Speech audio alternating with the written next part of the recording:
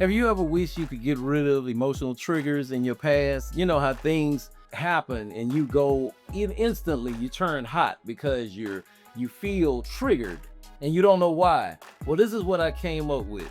How to erase emotional triggers from your past. It's a downloadable PDF.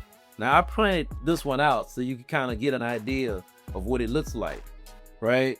It has the instructions, but it also has these cool game pieces. Now, these game pieces are influencer character pieces. And what you do is you cut them out and then you place them on these two charts. The first chart is called the timeline troubleshooting chart, where you basically write down the years. When did that trigger happen to you? Someone may say, I don't like Halloween. And we say, why?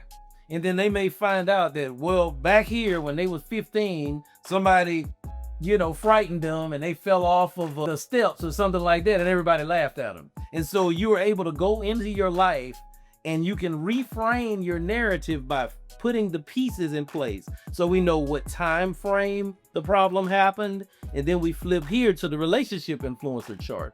We go and we take those other pieces and we can put them in place to say, okay, the 4 closest people to me at the time, because these are the people who control your influences.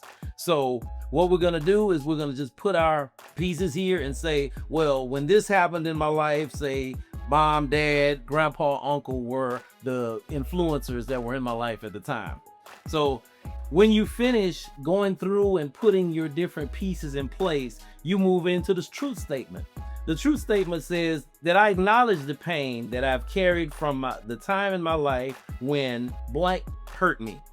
The places that frightened me and the moments that scarred my heart. I understand that blank who were in my life at the time and the energy that they projected. I honor the strength it took to survive those experiences, and I see how they shaped my beliefs, reactions, and the story that I told myself.